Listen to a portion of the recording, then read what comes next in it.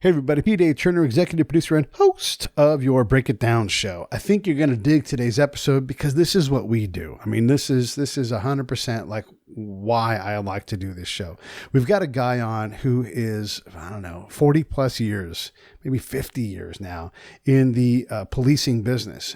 Why is Sid Heal on? Well, Sid's on because he knows policing. When people say defund the police, I don't know what that means. Does that mean the war on drugs, the war on terror, the war on poverty, all these wars that have no end and no design? No, let's not do that. If we're going to improve the police, let's understand the condition of the police. I mean, you guys can hear me say this all the time.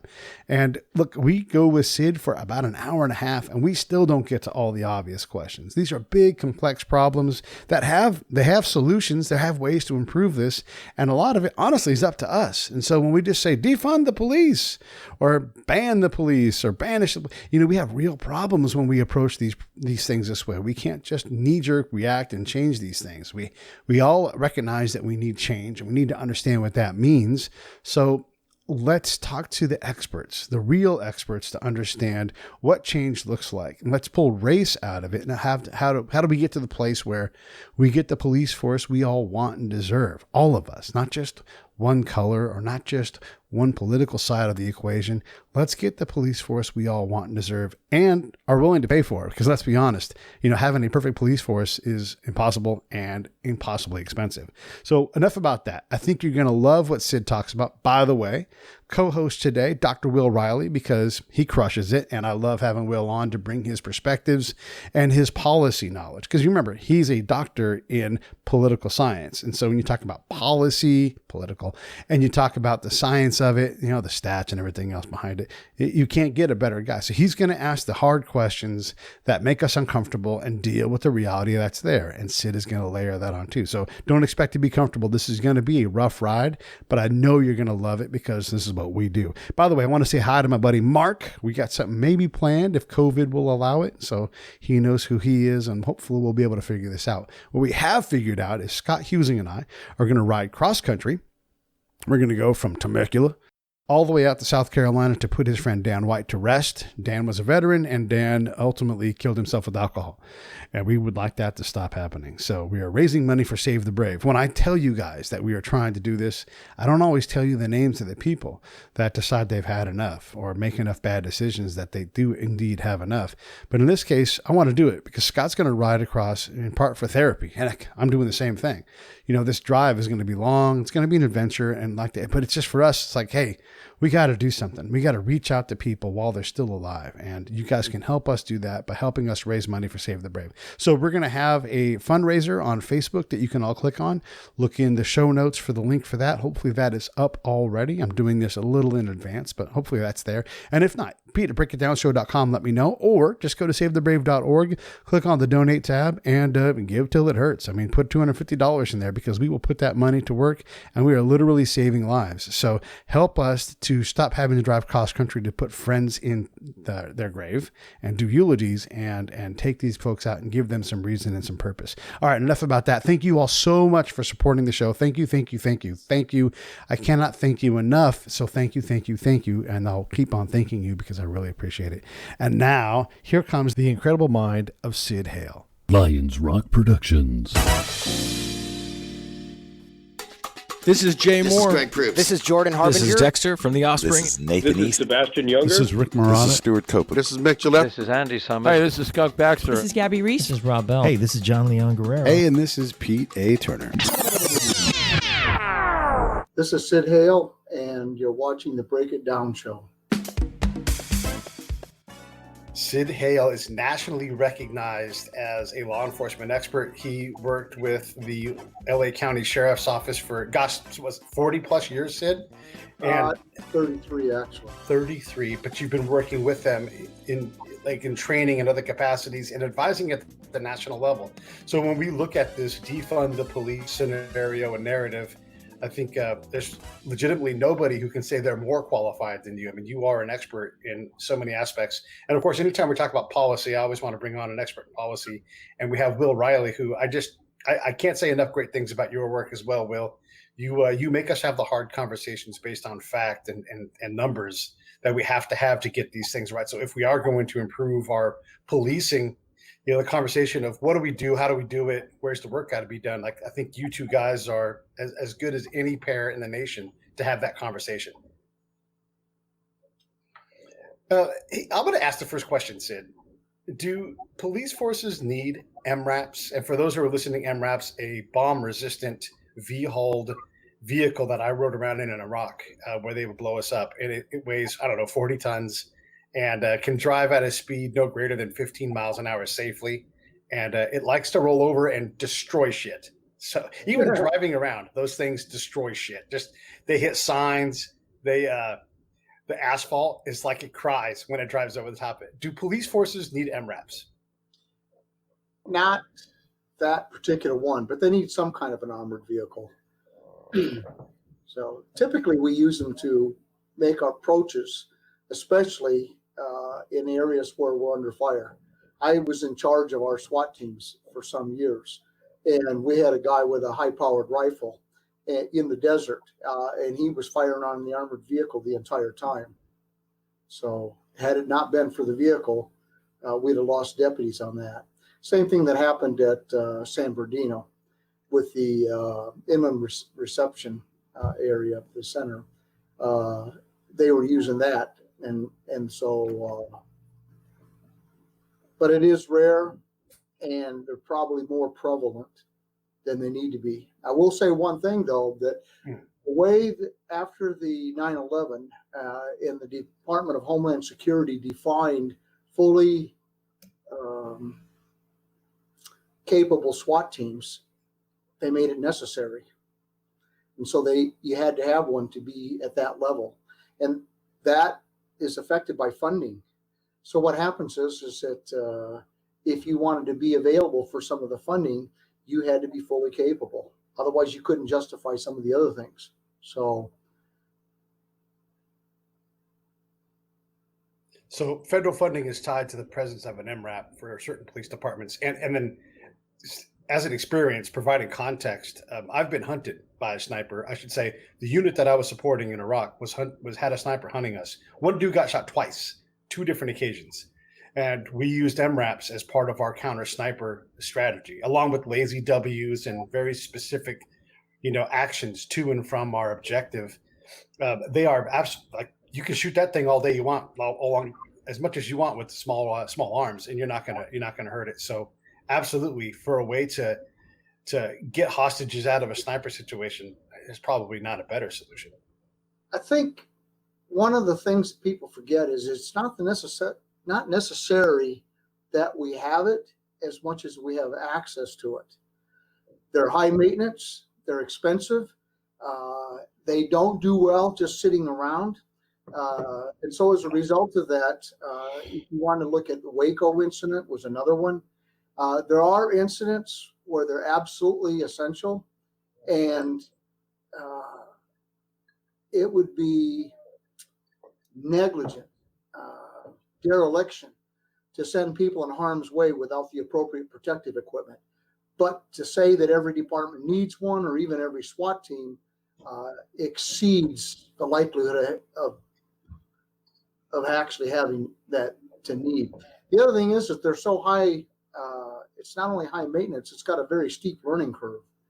You just don't get in and drive it like a car. It's exceptionally dangerous to drive. Yeah. Yeah, I think I told you the story about we have 6 full-time SWAT teams for LA Sheriff's Department.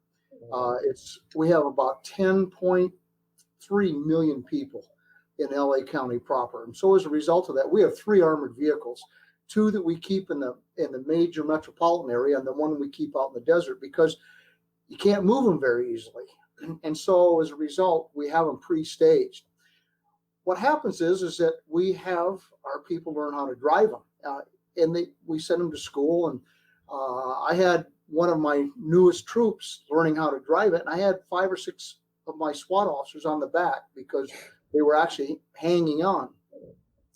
In any event, within the first 5 minutes of his first day of his first class on driving it, he set up against a concrete pylon. It was holding a light pole, and put 5 of my guys in the hospital. And when it came time to write the workers' compensation report, one of the questions they asked was how long had an employee been performing the task or assignment that resulted in injury, and we wrote 5 minutes. Yeah. Now, needless to say, that he put more people in the hospital on that one incident than I had happen the whole year. So it's high maintenance and a high degree of training. So it makes more sense to have it regionally located, that with people that are actually trained and use it on a regular basis. It's not something you want to use the first time and find out that you're not up to it. I swear I'm going to let Will talk in a second here, but I just want to make this last point about Mraps. We had nobody died. No, actually, that's not true. I think one person died. A unit was boxing up. They were getting ready to leave Baghdad and go on to the next thing, go home. And they had a guy drive through a traffic circle, and he wasn't doing 25 miles an hour, or maybe he was doing 40, I think is what it was. But he tried to go to a traffic circle, not a ramp, not jump over a canyon. He tried to drive through a traffic circle and flip that thing. And, like these guys are done. They're going home. And here they have this horrible outcome where a bunch of people get beat up and torn up. And, and then again, like to the point of policing is dangerous. You can be in training. You can be riding to training in an MRAP and end up with, I know a guy that broke a neck because his MRAP flipped over. And he's all right, but he's got a broken neck. And so the rest of his life, the government's going to have to account for his well-being, and that's expensive. The only thing that they would be used for is, in law enforcement at least, is what we call movement to contact, as opposed to movement to objective. In a movement to contact, I can see that, especially if you don't have any other cover. The trade-off is, though, you lose your situational awareness. It's like jumping in an elevator and you're going to look for a hammer and you jump off in ladies' lingerie. There for a few seconds, you don't realize that. Well, those are what we call a vulnerability window. We're just stuck. So one of the things that we've asked is things that were developed specifically for law enforcement. Well, I'm going to shut up now. No, that's, I obviously felt I could jump in there, but I think you guys probably know a little more about MRAPs than I do. And I think the way that would be presented in sort of mainstream civilian side media is, why are the police using tanks? Be presented in sort of mainstream civilian side media is, why are the police using tanks? And with a little inaccuracy there. I will say, by the way, having had a lot of conversations with coaches and people in fairly elite college athletics, I'm not surprised there's some bureaucratic rule that requires, a fully loaded SWAT team, quote unquote, to have 2 MRAPs and such a pile of equipment. If you've ever talked to the NCAA, to be a collegiate athletic program, you need to have, I believe it's 18 teams right now for D1. If you want to field football, you'd better be prepared to field gymnastics, for example. There's a huge amount of money involved. There's a 500-page book full of things that are technically illegal. I imagine it's even more detailed in policing. But my question actually doesn't have anything to do with MRAPs, although I might get back to militarized policing later on. Just more broadly, talking to someone in the law enforcement field, do you think there is a big problem with policing nationally in the USA? And kind of one setup sentence there. I've been in a lot of televised debates recently where people have argued that there's sort of a near genocide going on. And just doing my homework before those, and for a book that I wrote previously, Taboo, if you actually look at, say, the Washington Post database or something like that, the total number of unarmed African-American men that were killed by police last year was, let's say, 10. It was originally listed as 9. They've currently adjusted that to 14. Do we have a national problem with confrontations between the police and their communities? Or is that very often, for example, the media taking isolated incidents and saying, well, look at what they do. Again, they're in tanks, so on. Do you think there's a national problem, one thing that most departments need to fix? Well, first of all, we don't have national police. When our Constitution was built, it was clear that they left the general welfare, including the policing function, at the state level. So as a result of that, every state is responsible for the police. One of the things that a lot of people don't realize is that law enforcement in the United States is highly segmented. We have 17,800 local law enforcement agencies. Every one of them is completely autonomous. They have their own budget. They have their own police chief. They work for their own community. And the idea is that they will adapt specifically to the needs of the local community. And they get the guidance from the executive branch and usually the chief executive level of whatever municipality they're at, either a mayor or a city council, or in some cases like a county sheriff, directly from the electorate. But what happens is that people think of the policing as, I guess you would say, an agency rather than a role.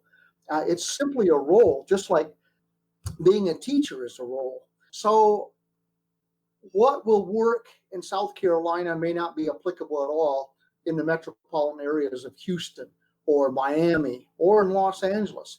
For sure, what happens in Minneapolis or Detroit may only have minor applicability in some other place like Los Angeles, which is where I've been working most of my career.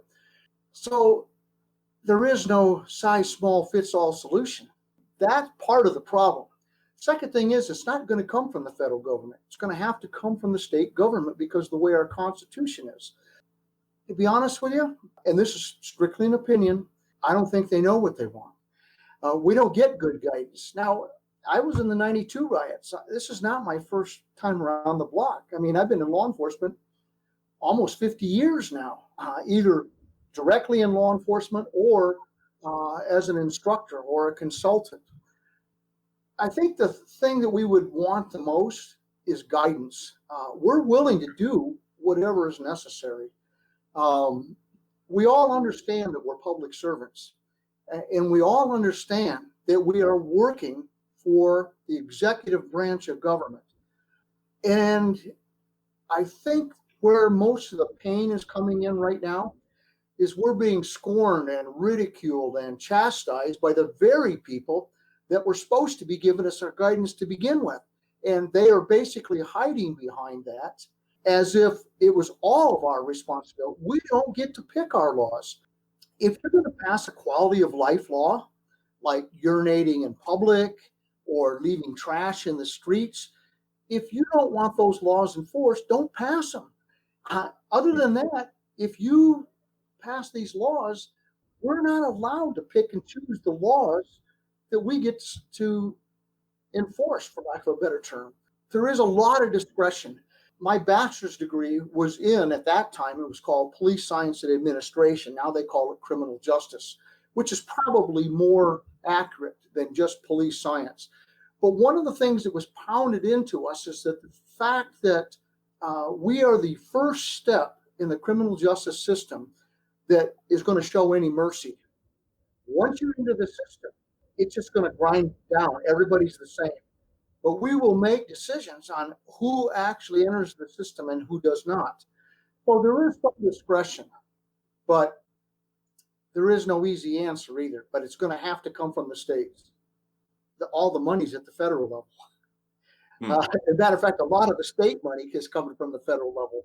So even though they don't really have the authority, indirectly, they have a lot of influence simply because they can hold the funds.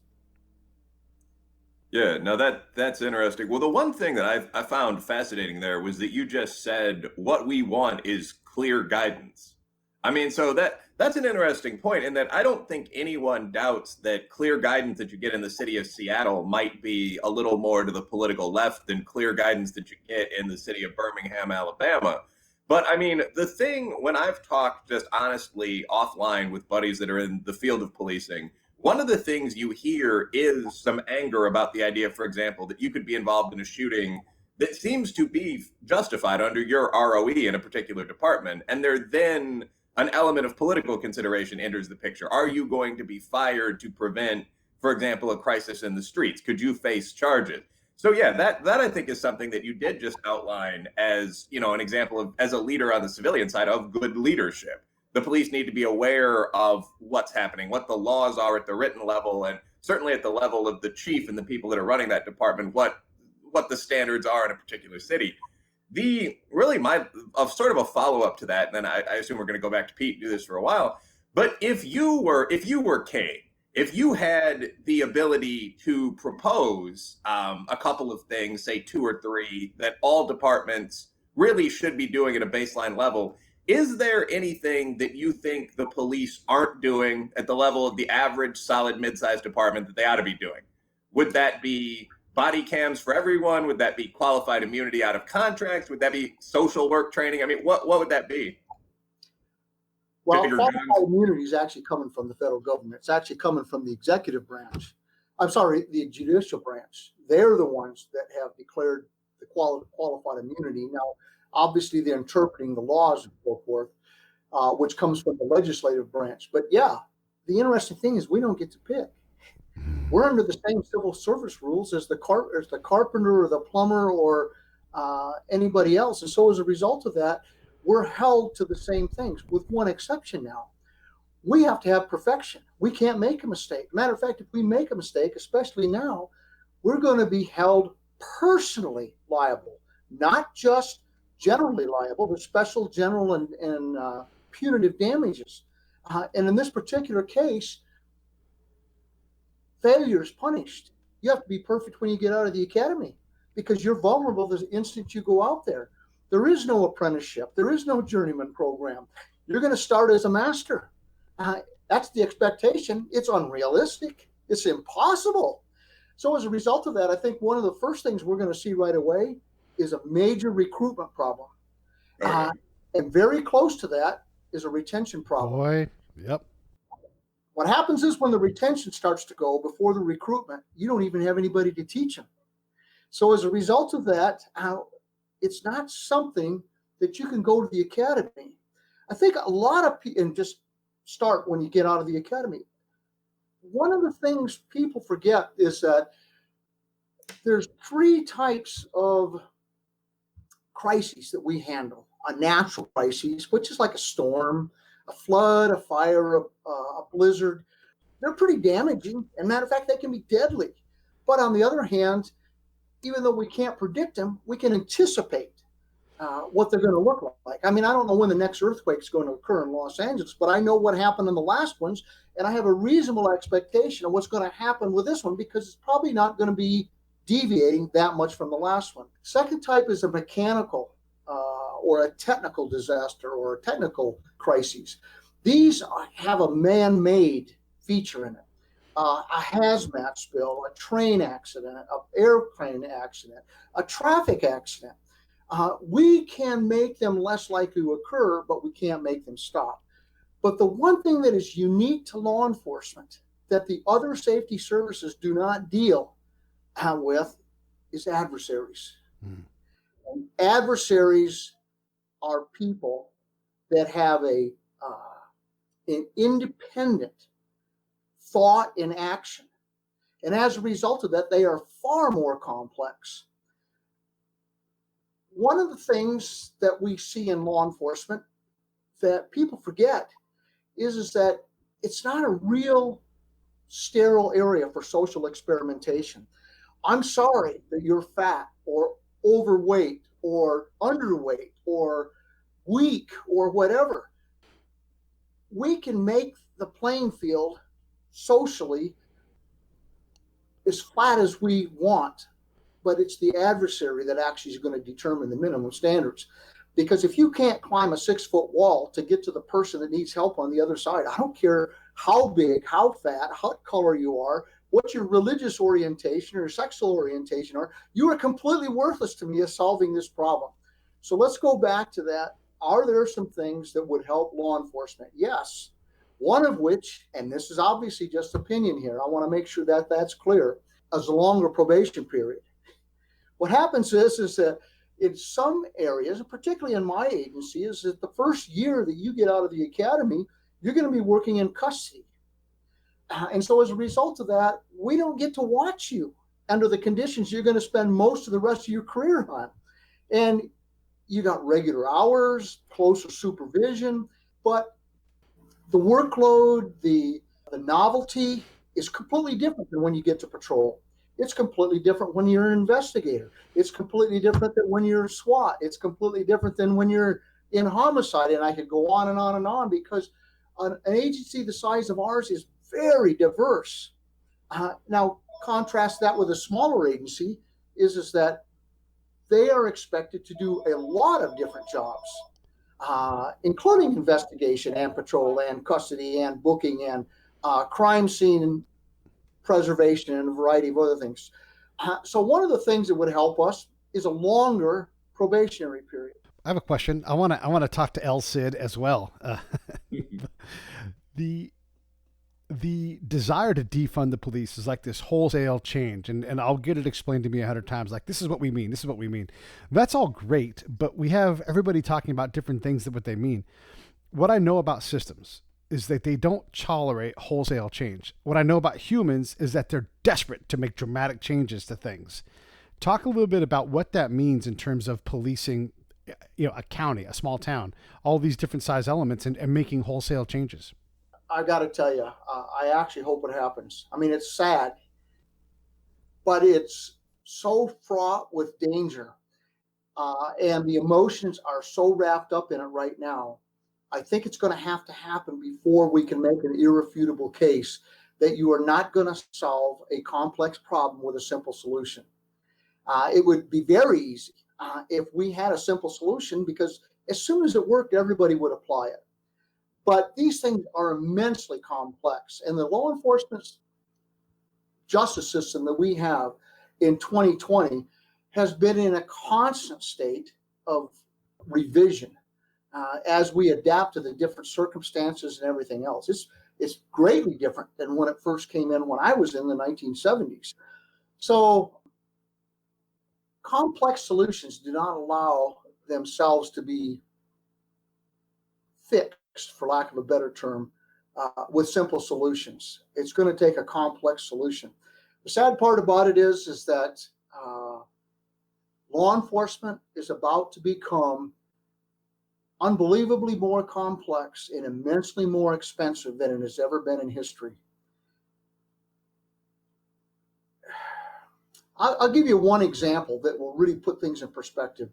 In California, which I believe is one of the most progressive states in the United States, it requires 664 hours of training to be a law enforcement officer. And that will get you your basic post certificate, California Commission on Peace Officer Standards and Training. But if you want to cut hair, it's going to be 1,500 hours, almost 3 times the amount to be a barber. Wow. 1,600 hours if you want to cut women's hair. So what happens is that what is this telling the public? Is that the people that have the authority on behalf of the community to make life and death decisions, they're going to invest about 1/3 of the amount of money in their training. So one of the things I think we're going to have on a retention problem is the fact that for us, we're very selective, and most agencies are. Everybody tries to get the best of the best.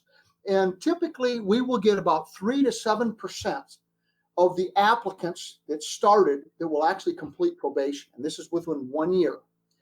During that time, we will spend between $75,000 and $250,000 on their training, some of which is reimbursed by the state and some of which is completely out of the agency's budget. So what happens is that these 3 to 7% are not diverse, not in the way that people think. Yes, they're male and female, black and white, Christian and Muslim, and as diverse as the community. But that 3 to 7%, we're looking for intellect and integrity and character and initiative. We're looking for the best individual characteristics that will allow them to be able to take this job and succeed. Well, these same people are also competitive in corporate industry. And now what happens is that as they're being chastised, in some cases penalized, and in some cases asking to risk not only their livelihoods, but their actual futures to do a job that is unappreciated. And corporate America is going to offer the same amount of money, and they're going to say you're going to have weekends and holidays off, You can spend time with your kids and nobody's going to try to kill you. What young individual is going to say, wow, I want to serve the public because I want to accept all these risks over and above it for the same or less money than corporate America, worse working conditions, and far higher risk. And now the risk is not just from the adversary. The risk is coming from the very people that are hiring us. One of the things that I think is different this time than in 1992 is that, and one of the things I'll tell you that I believe that law enforcement is not only hurt, but seething in anger, is the people that were supposed to be giving us the directions, the people that were supposed to be providing what it was that they wanted us to do, are now hiding behind something and pointing, they did this wrong. Well, we've been doing the best we could with what we had for as long as we can. And we'll change again. But it's not going to be cheap, and it's not going to be overnight. Hey, this is Pete A. Turner from Lions Rock Productions. We create podcasts around here, and if you, your brand, or your company want to figure out how to do a podcast, just talk to me. I'll give you the advice on the right gear, the best plan, and show you how to take a podcast that makes sense for you, that's sustainable, that's scalable, and fun. Hit me up at pete@breakitdownshow.com. Let me help. I want to hear about it. And we'll change again. But it's not going to be cheap, and it's not going to be overnight. I know from my time in combat zones and working in all these different problems, the institution doesn't know what the cop needs on the ground. And then what the cop needs in this valley or in this neighborhood is totally different. I mean, look at LA County. There's alpine regions, there's beach. Oh my God, 61% of LA County, even with 10.3 million people. And just to give you an idea, that's larger than all but 7 states in population, is rural. 61%. A lot of people don't know that. LA County is immensely diverse. In fact, we used to call it a sociological petri dish because we could experiment even within our own department. And what works in the south part of the county may be completely inappropriate for the north part of the county. So, yeah, and that's one of the philosophies behind American law enforcement. If you go to the United Kingdom, for instance, they have 57 constabularies that work under one home office. Now, in the United States, we have 17,800 agencies, and they don't work for any office. We have the Department of Justice, but they have no regulatory authority. Now, they have some influence, huge amounts of influence. But what happens is that the idea was that as our government evolved, the authority to handle these situations was delegated to the local governments. And by the local governments, I mean the state governments. And the local governments are creations of the state government. What a lot of people forget is that the federal government is a creature of the state government. So it's just the opposite of what people think. And what works in Houston, and I'll just give you one example. Non-lethal weapons is probably a good example. Non-lethal weapons, especially the impact devices, work very well in mild climates like New Orleans and Los Angeles and Miami. But a winter coat, especially a Mackinac in Minneapolis or Detroit, is the functional equivalent of body armor. So even the devices won't work, even though they work well in one area, won't work in another one because it's a completely different climate. And it goes on and on and on. That's just one of the more conspicuous examples. All right, I'll ask a question. Yeah, no, well, it's leaving room for Will. So give us an idea of what it's like on a cop. Like, obviously there's a lot of paperwork once you do something, whatever it is, you've got to account for it. But I know just driving down the 101, I'm going to see an airplane land on the freeway. I'm going to see a homeless dude laid out totally asleep in the gutter on the freeway. All these different things that require tending to protect the public good. Can you kind of illustrate what that looks like day to day and how, again, wildly diverse it is for that individual cop? And then again, you might be in Beverly Hills or you may be way out past the mountains in the desert, within 2 different shifts. Or even in the same shift, depending on what your assignment is. Jesus. When I went to the Special Enforcement Bureau, it was not unusual for us to do gang suppression in South Central Los Angeles and then do brand registration in Lancaster. I didn't know. I got a whole class. I was born and raised on a farm in Michigan. I didn't know a big deal about brands because everything was pastures and small farms where I came from.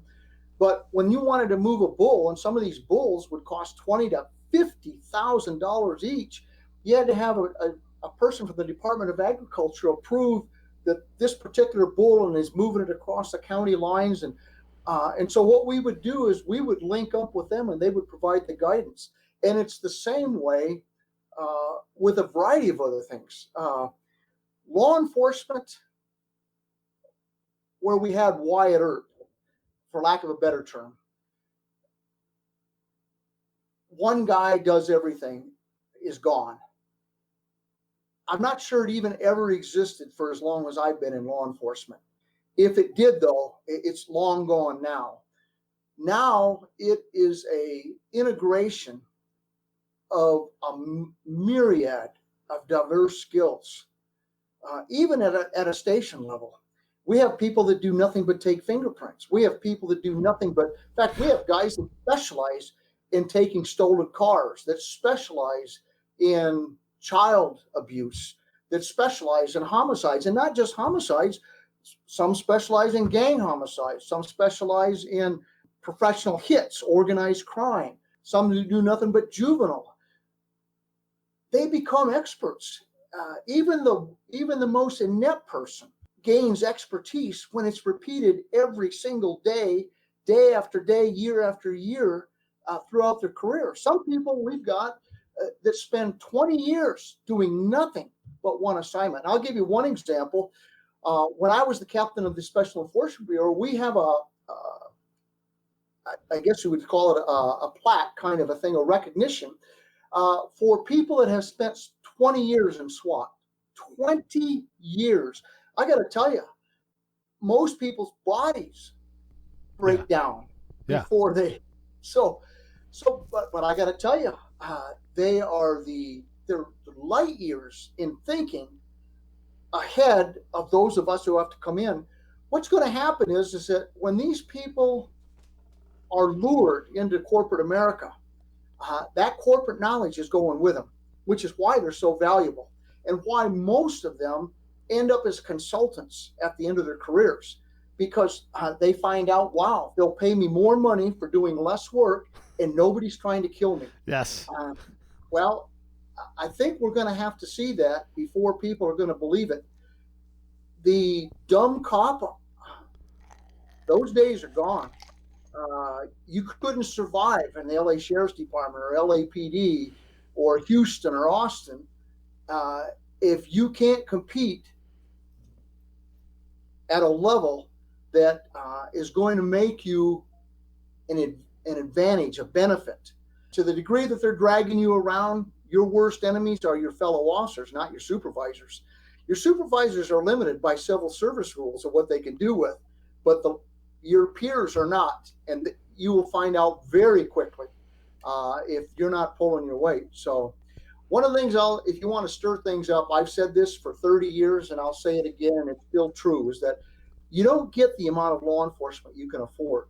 You get the amount you can tolerate. Mm. Now, one thing I'll just tell you that is going to shock some people is that we're going to have more injuries to suspects and law enforcement officers because people who are ignorant of these complexities have simply removed the tools without solving the problem.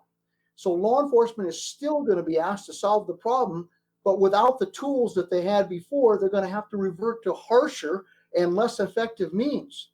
And as a result of that, more people are likely to get hurt than less. The carotid restraint, I got to tell you, when it's appropriately applied, is one of the most effective means of controlling a violent suspect. But if you want the batons, look what happened to Rodney King. Rodney King, that's exactly what happened. The LA City Police Commission removed the bar arm control, although it's a little bit different. And I didn't have any problems with that, but they didn't replace it with the carotid restraint or some of the other ones. And so as a result of that, all but just a few of those baton strikes were in policy because they didn't have any other options. And I got to tell you, pain compliance has been one of the most useful options for non-lethal force in history. But pain is highly subjective. And as a result of that, what is excruciating to one person can be mildly irritating to another. And this really became prevalent with PCP, phencyclidine, cyclohexanone, piperidine. The fact that I can even pronounce that tells you how many times I've testified on it.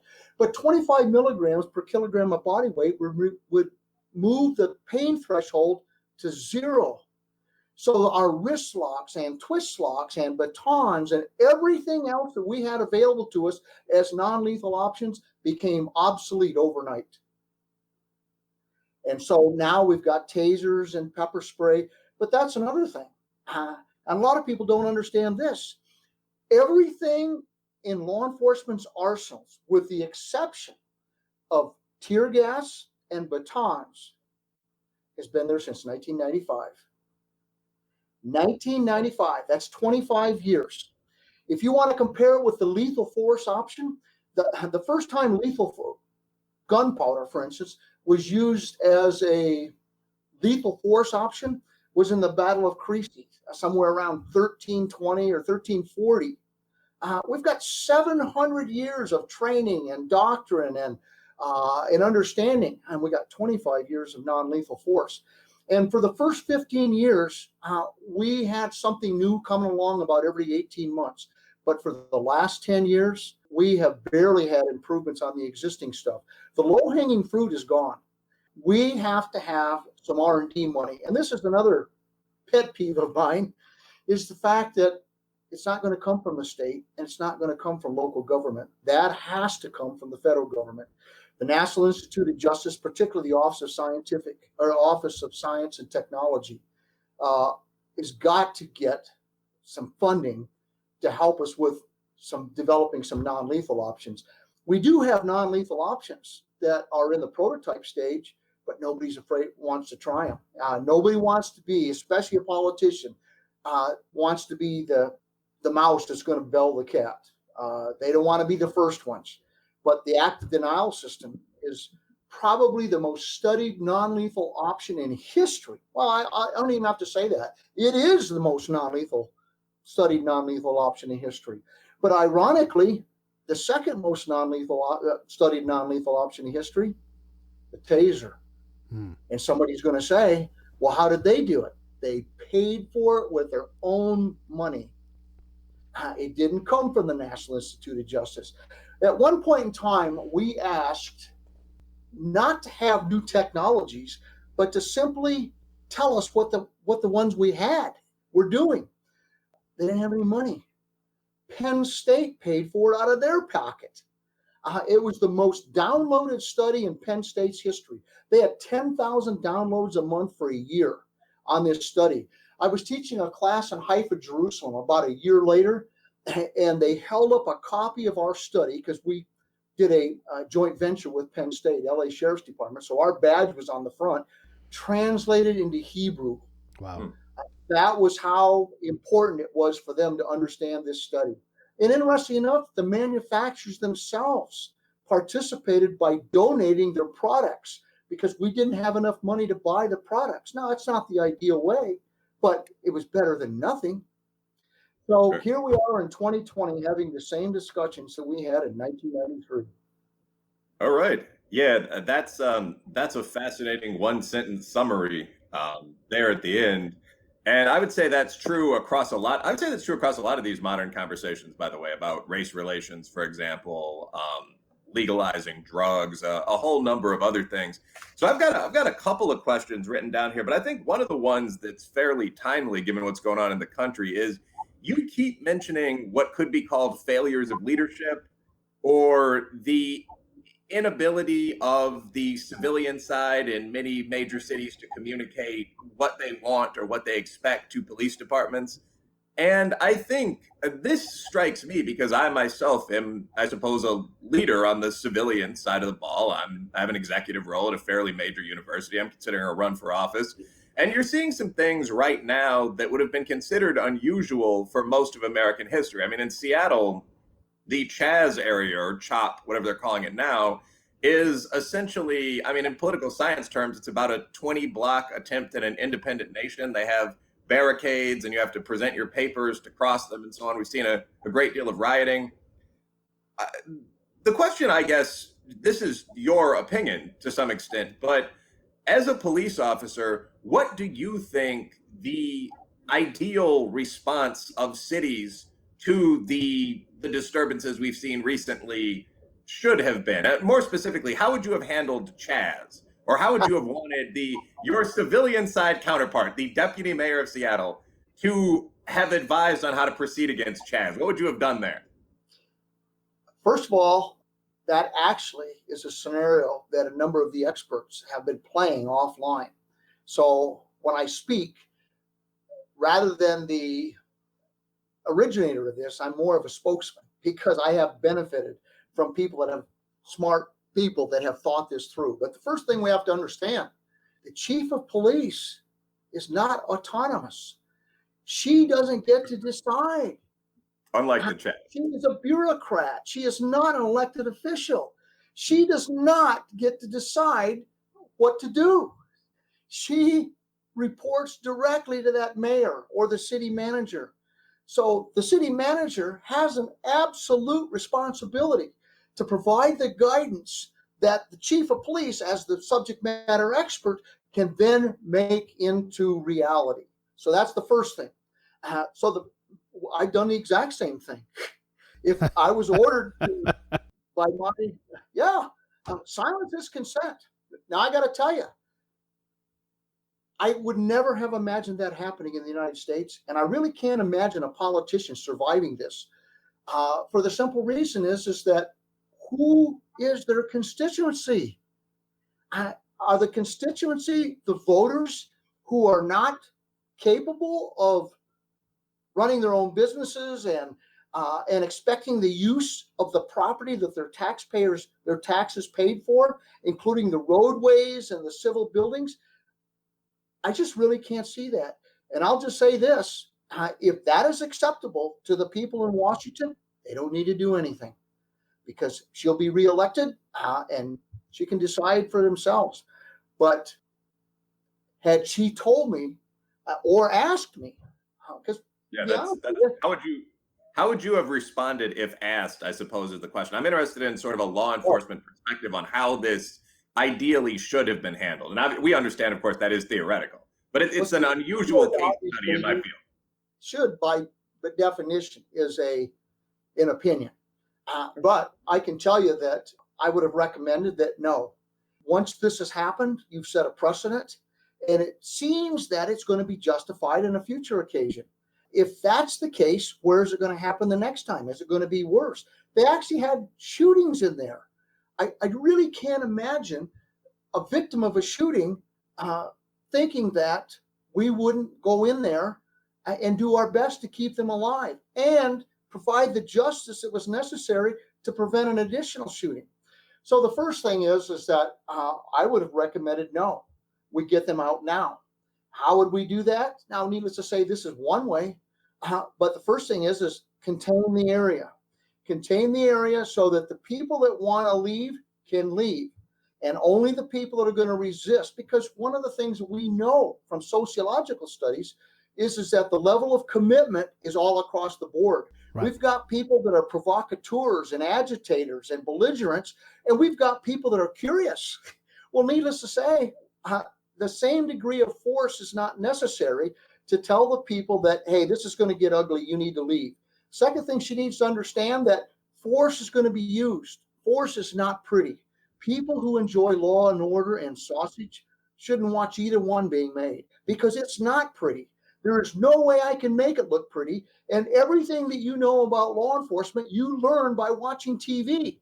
Well, even the most evil person on TV is following a script, but that's not the case in reality. Right. They do irrational things. They are incorrigible and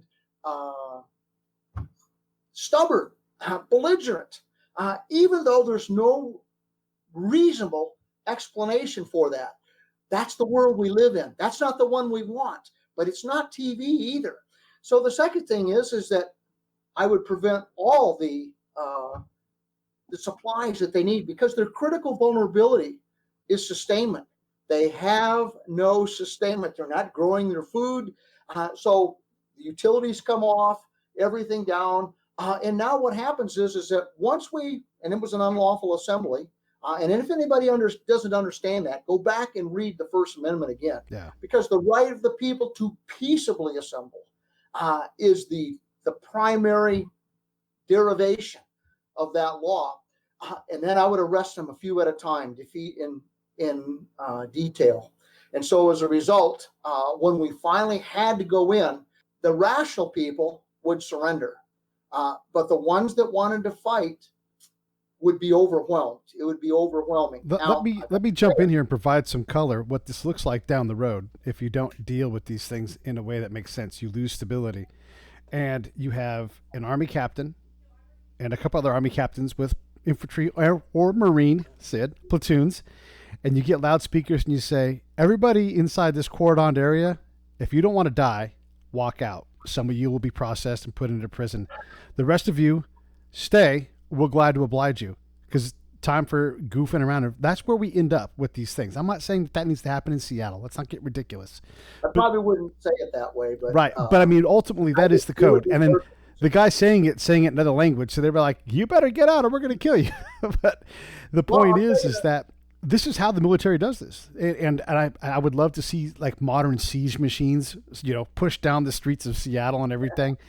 There's when the Mraps have been handy. Yeah, right. Yeah, and just put a tower up and just say, we're going to choke the life out of this. And if you stay inside, God help you, because you're right. Unless the mayor really is a modern day Homer Stokes from Oh Brother Where Art Thou, is you ain't my constituency, I guarantee you the business owners in that 20 block area, whatever it is, I guarantee you they are no longer her constituents. There's no way. Well, I read this morning that they're suing her. They're suing the government. And I think they have a major civil lawsuit. So it's hard to sue government. It's kind of interesting that their solution was to make it easier to sue the government employees, but they remain immune. Yeah. So as a result of that, they stand in the safety of indemnity, but make the people that are following their orders or lack of orders vulnerable. One of the things I think that we can see in the near future is that law enforcement in the United States is going to move from proactive to reactive, lacking clear and convincing need, and maybe even compelling need. They will simply avoid the situations that would keep the peace. Now, one of the things that's interesting is that by and large, our focus of effort on a day-to-day basis is enforcing laws, especially those that deal with our safety and things. For instance, the vast majority of serious traffic accidents are right-of-way violations. And that's why if you run a red light, you're more likely to get a ticket than if you're just speeding or if you're doing something else. Making a left-hand turn against a light or something is probably going to result in a ticket, because we know that you have endangered not only yourself, but somebody else. But when we're in a time of civil disorder, we don't have the ability of enforcing all these laws.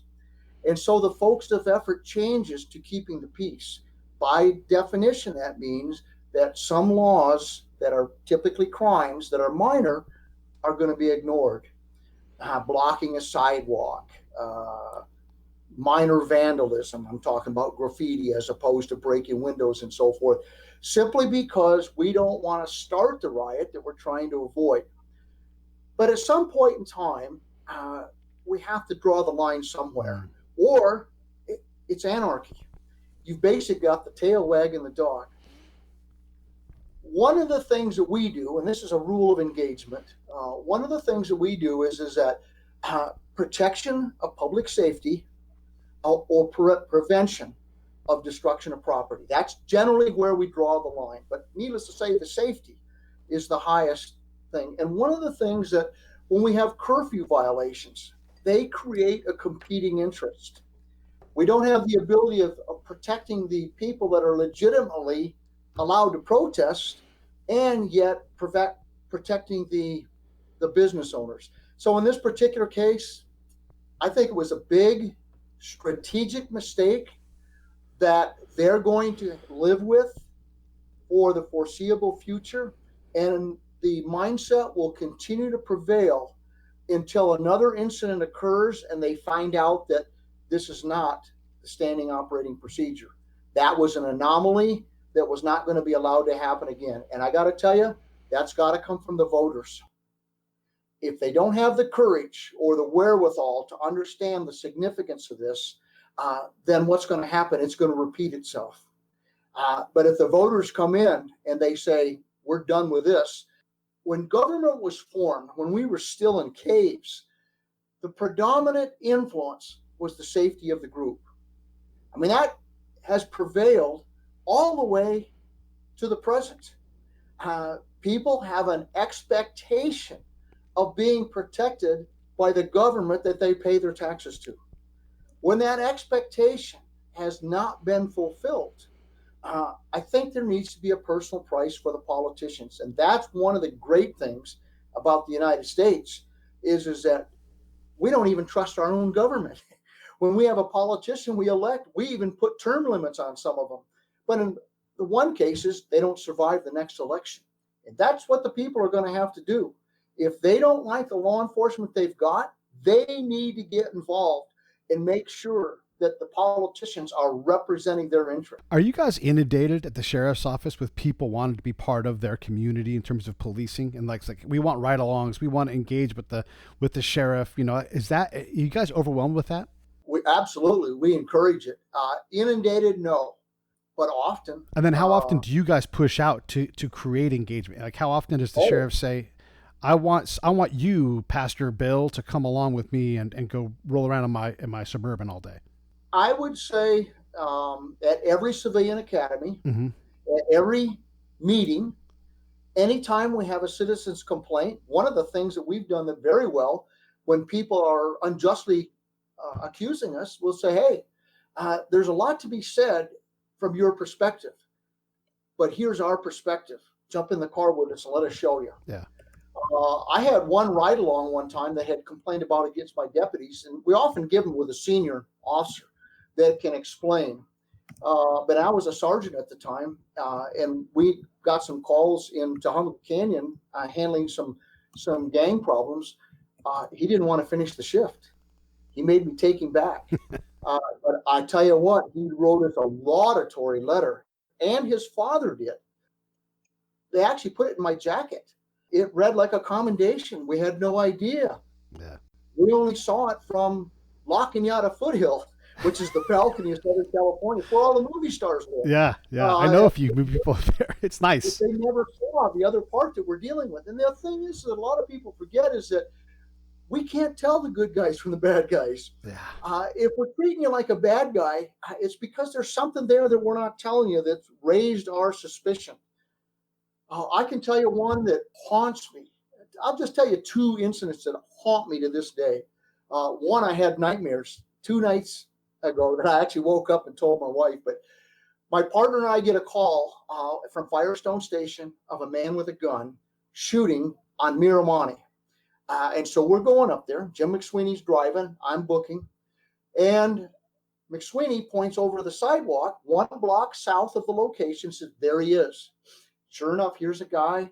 He's got a revolver, and he's holding it just like a police officer, and I can see him putting the bullets in the cylinder, just like a police officer, just like we had been taught. And I'm thinking, wow, he's reloading. McSweeney says, I'll go north, you go south. I says, okay. So what happens is I go out there, and as I'm going up between the parked cars, I have the drop on. Needless to say, both of our guns are out. I mean, this is a high-risk area, and there was a gang fight that had been going on between 2 of the local gangs at the same time. So we're thinking that this is a retaliation. And I can see a man and a woman on the porch on the same yard that this guy's on. So I'm thinking to myself, make sure that I don't fire to my right because these people are going to be in the way. Oh man, even thinking about this is giving me my hair standing up. In any event, what happens is I start yelling at him, drop the gun, drop the gun. Well, McSweeney speaks fluent Spanish, and he starts yelling in Spanish, drop the gun, drop the gun. And as soon as they said that, the people on the porch saw me, and we're both in uniform, and they start yelling at him in Spanish. Now, that told me two things. One is that they know that he speaks Spanish. Otherwise, why wouldn't they speak English? The second thing is they're talking to him. And it was like there's some connection between these two that I don't know yet.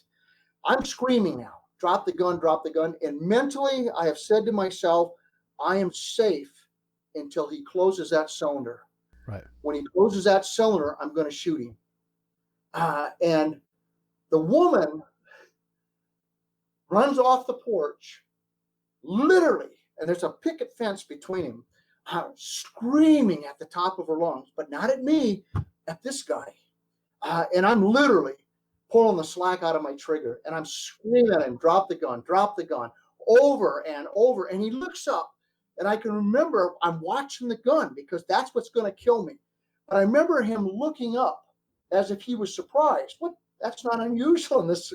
And I'm screaming at him. And she is hysterical, screaming, not just commanding, not just assertive. She is nearly in tears, screaming at this guy. And he drops the gun. And I run up there and push him away from the gun and pick it up. It's a cap gun. Jesus Christ. 12 years old. 12 years old. But all I saw was the gun. He is probably 5'6", 5'7". His father and his mother were the ones on the porch. And come up to the picket fence. And now we realize that he was just playing. And he's crying. And his mother's crying. We were so shook because we almost killed this guy that we picked up the gun and we told the mother we're taking the gun.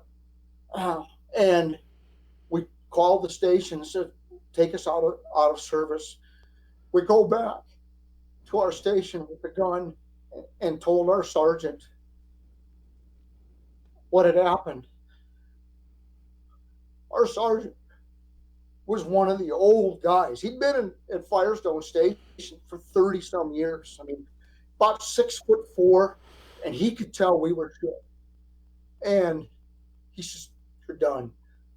Go in the briefing room and have a cup of coffee, and I'll tell you when you can go back in the field. I said, no, we can do this. He said, no. And he took us out of the field, but I never forgot that. And when I looked at those guys with Tamir Rice, I knew I'd been there. I don't think people realize that we can't tell the good guys from the bad guys. We can't tell a real gun from a fake gun. We're doing the best we can. And there is no algorithm that you can send somebody to training that is going to qualify them to solve that situation. That has got to come from years on the streets of dealing with ambiguity and confusion and complexity and just putting in the back of your mind, I don't know what's going on, but something does not fit. This whole thing was because the woman and the man on the porch had a connection with this guy that I picked up on. Even to this day, after 40 years, I can't tell that story without thinking that had that been different, I'd have shot him. Tamir Rice didn't have his mom there to yell at him either. You know, Tamir Rice was just there. And so, because had he been the shooter, yeah, I would have been dead. Yeah. This is not something that we can send you to training for, and then you provide this algorithm, this magic formula that we can apply in every situation, and it's going to come out all right.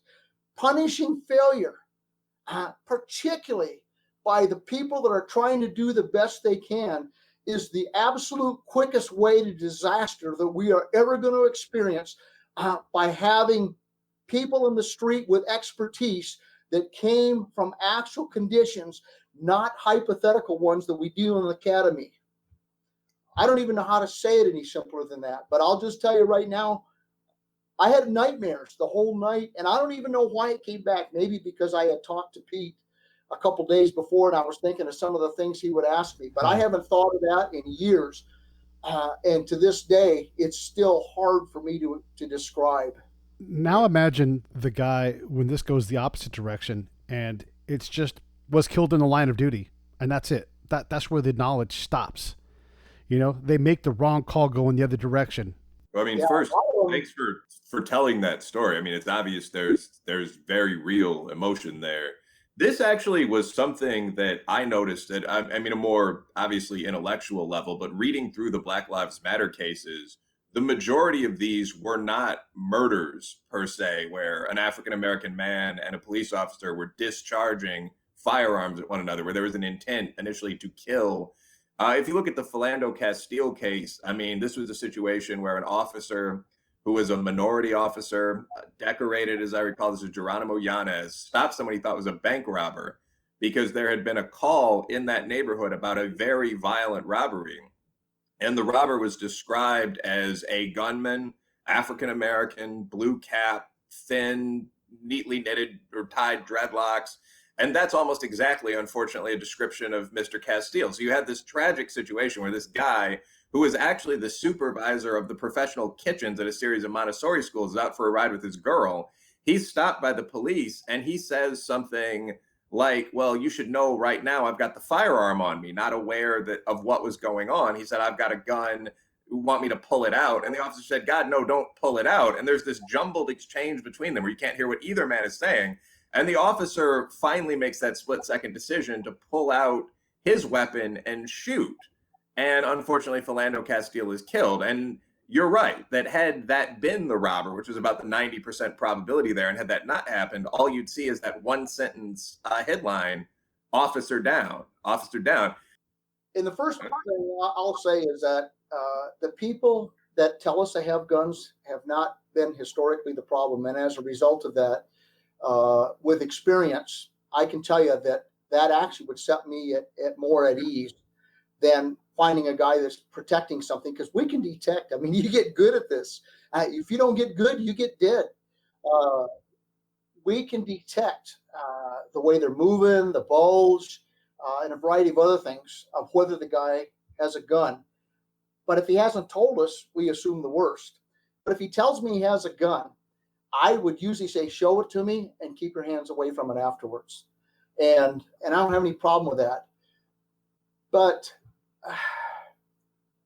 those days are going to go away. The experienced street cops, and I don't really know any way, the four things that you need, let me explain it this way. When I teach, and I teach usually the more senior officers, because at the level that I deal with, we can't teach these things to people that have not learned the basics yet. But the four things that for sure we know have to be there to make an effective tactical decision are training, education, and there is a difference, experience, and situational awareness. And of the four, the situational awareness is the most important. Even people that have no training, education, or experience can make a rational decision based upon what they know from the circumstances. So we can provide the training, but as I already mentioned, it's about 1/2 to 1/3 of the same requirements that the state needs for cutting hair. We can provide the education. Now, the education, and I'll talk about one that they keep bringing up, is constitutional law. Our constitutional law is very limited, but yet some of the ones drove it into us. The right of the people to be secure in the person's houses, papers, and effects against unreasonable searches and seizures. We had to memorize that. A law is any act committed or omitted in violation of a law forbidding or commanding it, and to which is annexed upon conviction any of the following punishments. We had to memorize that. But when we go into the deeper constitutional, It doesn't exist. It's all self-initiated. We don't have time, to be honest with you. We don't have any money. And so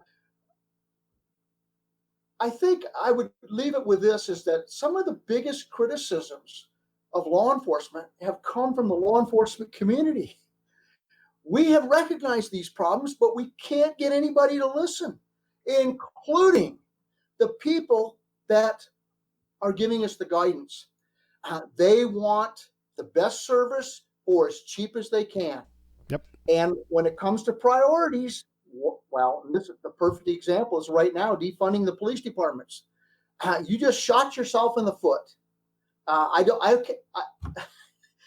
be honest with you, I have to laugh because I'm talking about to them now, are going to get to see firsthand how foolish that decision was and how absolutely tragic the consequences.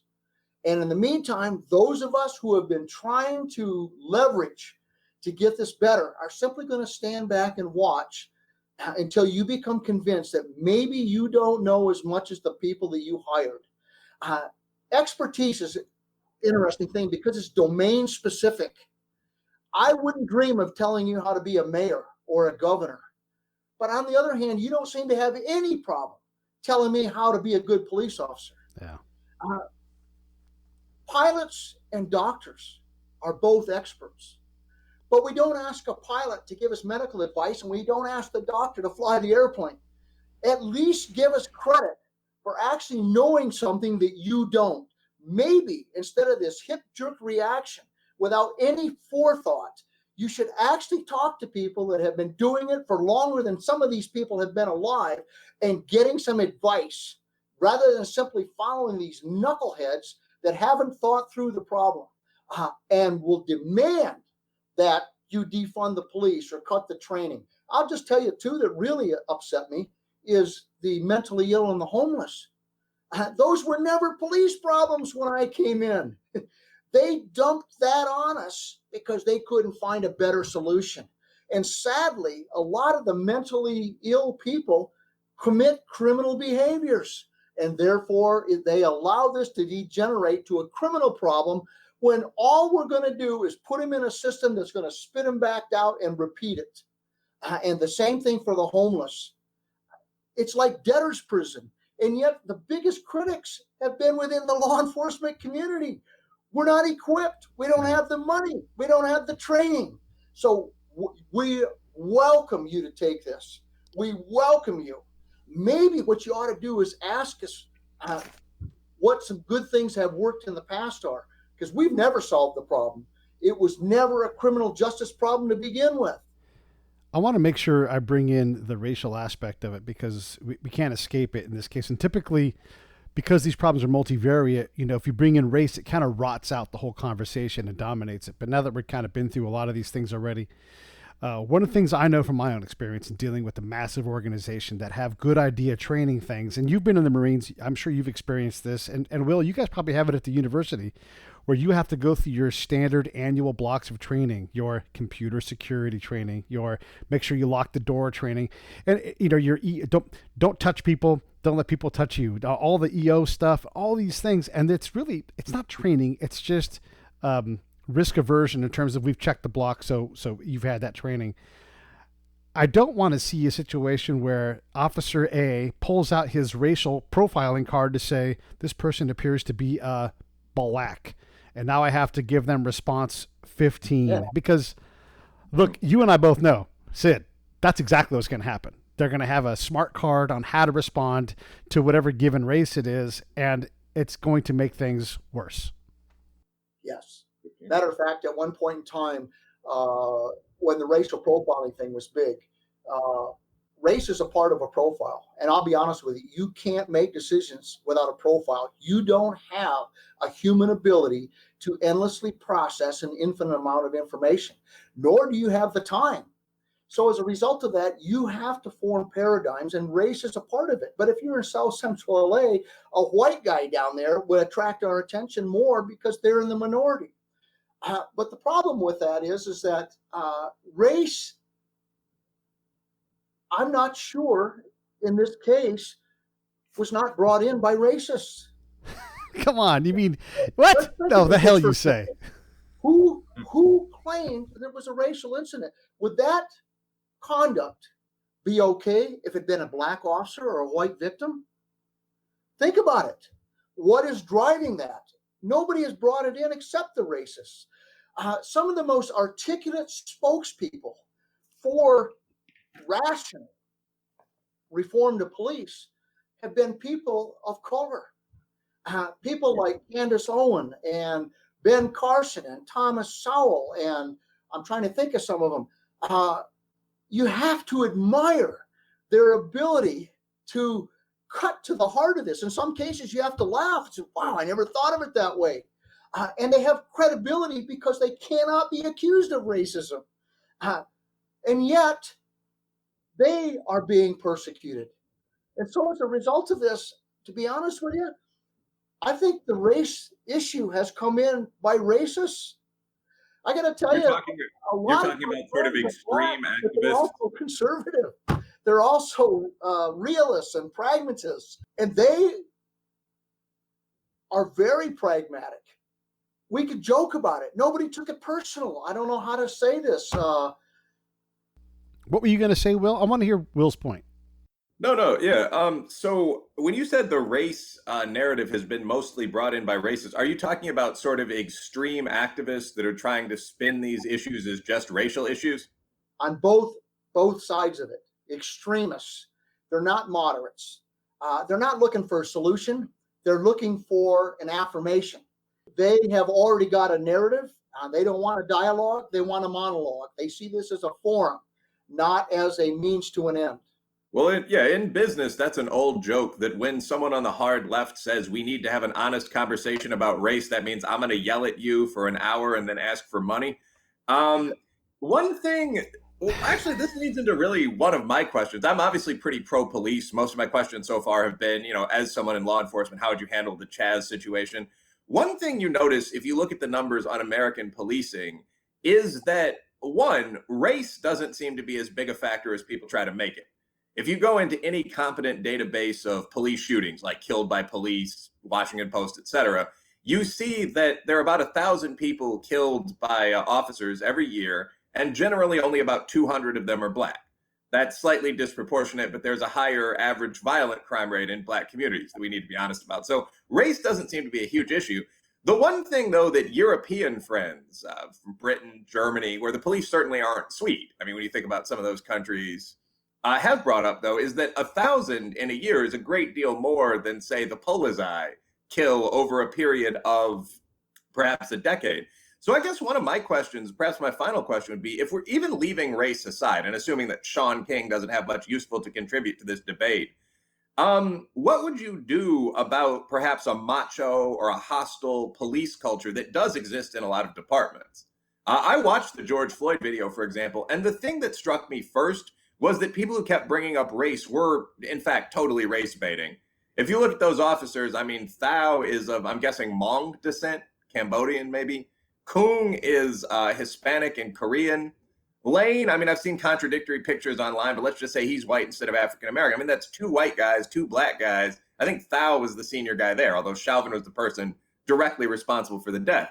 But the race doesn't matter. I mean, I'm a weapons instructor as a professional sideline. I mean, this was in terms of just how, if you know how to fight, I mean, something like that hold for 8 minutes, that was unusual. And nothing was really said. And this happens pretty frequently. I mean, there's the video of Mr. Timpa, who happens to be white, held down in a similar hold for 13 minutes, threatened with guns, so on, in another one of these police confrontations. And none of the officers standing around says jack. I mean, you can tell they're kind of telling jokes, this sort of thing. What do you do about that culture that's inevitably going to develop if you spend many days interacting with the worst people in society, with people that are threatening you, waving pistols at you? How do you get officers not to view their countrymen as enemies, I guess is my question. I wish I had a simple answer. I don't. But I will say that we know that we do. And interesting enough, a lot of the police inside the agency knows who are racist and not. Yeah, I'd imagine. But we don't have any way to get rid of them. Now, the interesting thing, that's one of the reasons I said that One of the things that I believe would help is to extend the probationary period. The other thing is too is that how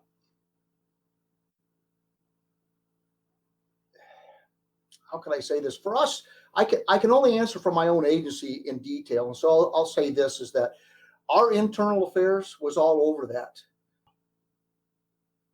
They were necessary.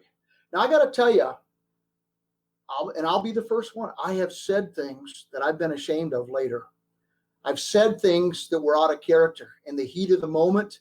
I have said and used language to control a situation, which, by the way, is a non-lethal option, that would have been seen as offensive. I don't think I was a bad policeman. I think that I fixed it as much as I could. If you're going to fire me for that, that's all going to go away. I can say this because I'm retired.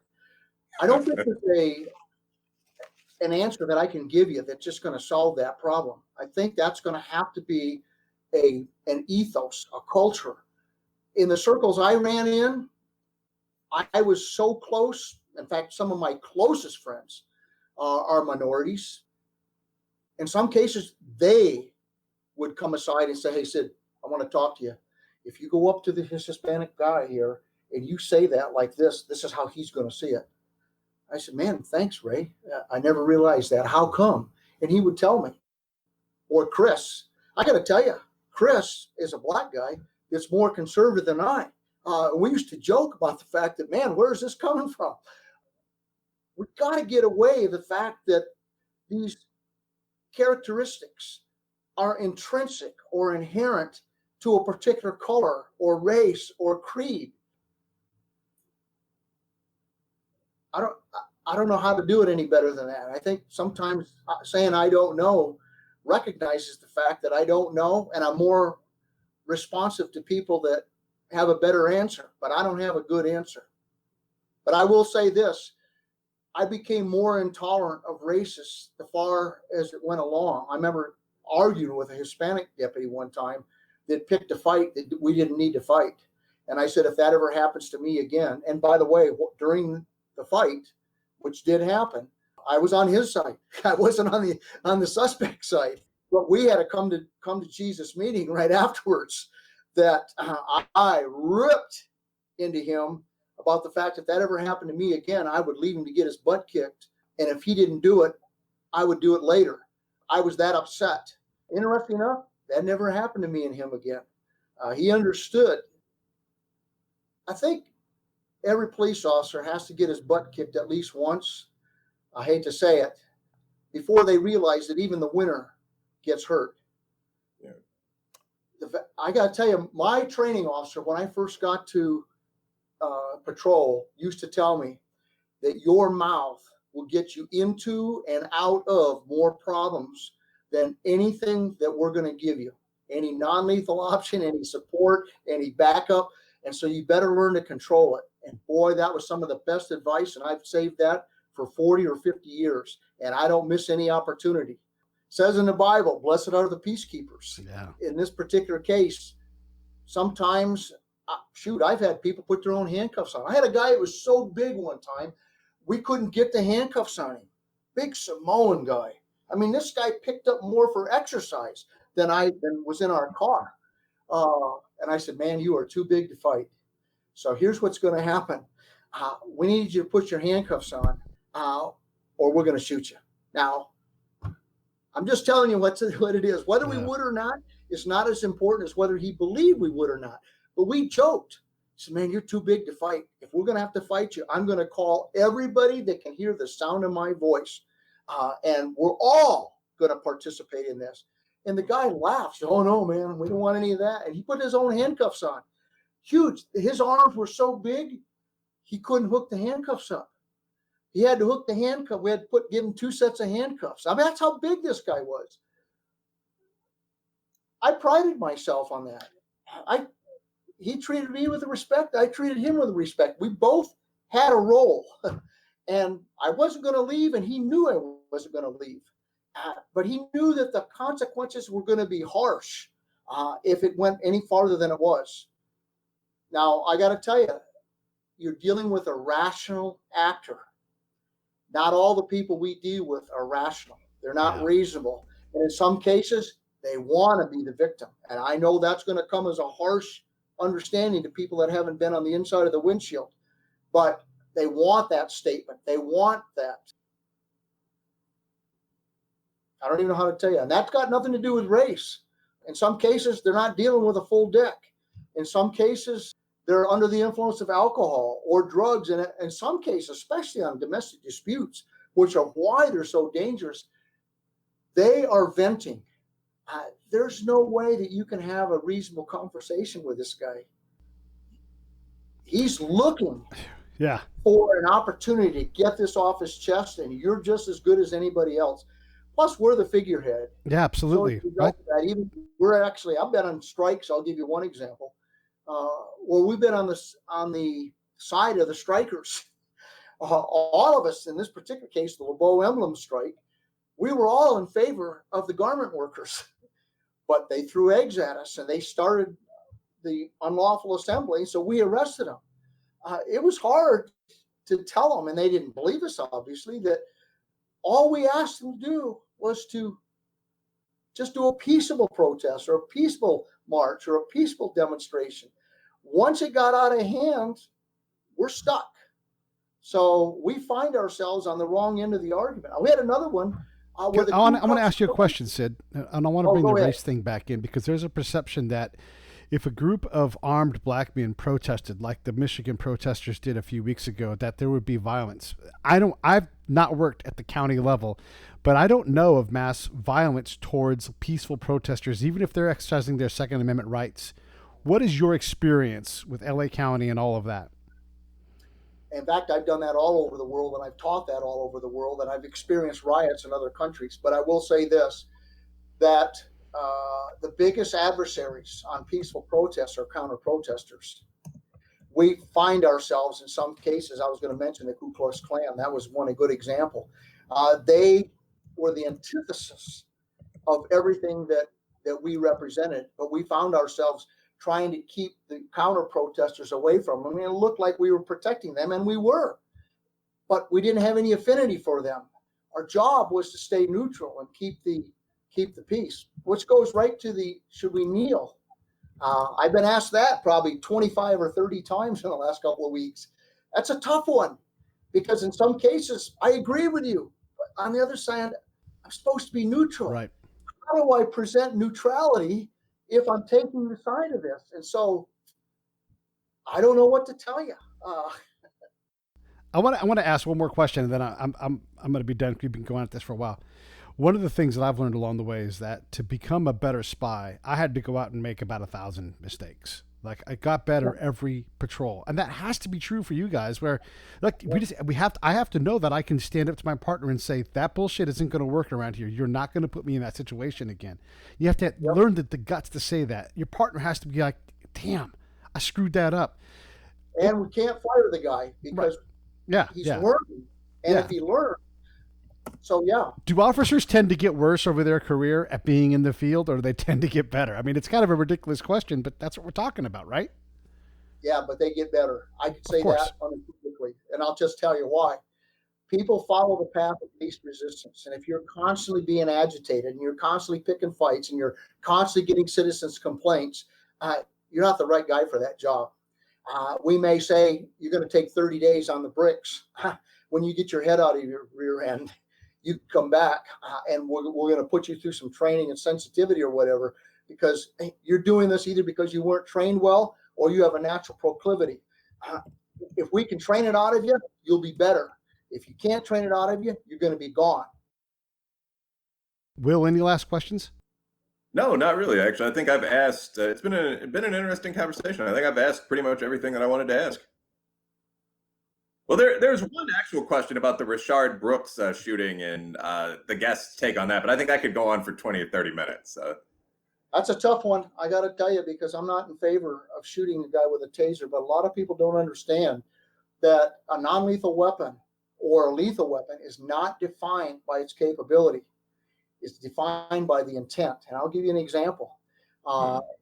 If you have a pistol, a sidearm, people will ask, especially defense attorneys or plaintiff's attorneys, is that lethal or non-lethal? And yet the vast quick answer is it's lethal. Well, what if you fire a warning shot? Yeah. Well, then it's a warning. Well, then it's non-lethal. Well, what if you shoot the tires out? Well, then it's an anti-mobility device. It's non-lethal. But on the other hand, and this actually happened, we had a guy with a gas grenade. I won't give you his name because although statute limitations had already run, the guy's going to shoot at him through the window. And he hit him right in the head with a flight right. Well, we said, Petey, why did you shoot this guy with the flight right? He says, because that's what was in my hand. And he was intending on it to be lethal. So the thing is that people need to understand that it's the intent that makes it lethal or non-lethal. That taser in an officer's hand is intended to be non-lethal. He's been trained in it, he or she. He's expected to use it in a means that is least likely to cause serious injury. On the other hand, you can't make that assumption when it's in the adversary's hand. People forget that adversarial situations, which are called conflicts, are infinitely more complex. There is no algorithm that we can give you that is going to get you. It's not a linear problem. It's lateral, and it can go in a second. And that's probably one of the best examples, because for 41 minutes, it looked like everything was going to go well. But all it takes is a second, and it can be lethal and that fast. And I can tell you, we used to have our pictures taken when we retired on our memorial wall, and we would point at where we came into the department so you could see all the plaques, which are for us are just little ones because there's so many that occurred after we. But nobody does that anymore. I got to tell you, I can remember losing 6 in 1 year. Jesus. I can remember losing 2 of my closest friends, my partners. I can remember going to high school to teach a drug class, and they were pretty much, for whatever reason, had been prepped. And we were told that they would, but I just started putting names up: Jack Williams, Roy Chester, Jim McSweeney, and just started going down the list. I says, when you see somebody you recognize, just stop me. And I say Roy Chester for later on, but Roy Chester, I knew his kids went to that school. Roy Chester had just been killed on drugs. So that's when they start realizing that it's not like on TV. Yeah. The good guys really do get killed. And they get killed in some cases, not because they did anything wrong. I think probably the hardest thing to deal with towards the end of your career, there was 3 of us that hung around together. When Roy got killed, my partner, we had all put ourselves on each other's notification list. And Jake came up crying to take my name off his list, that he was going to notify my wife if I got killed, because he was the one that had to notify Marilyn that Roy had been killed. And he was sobbing. And he said, I can't do this again. I used up the only one I had. Yeah. Please take my name off the notification list, because we always tried to deliver it to the widow or the widower in the most compassionate way we could. So we got to pick who told our wife that we were going to be killed.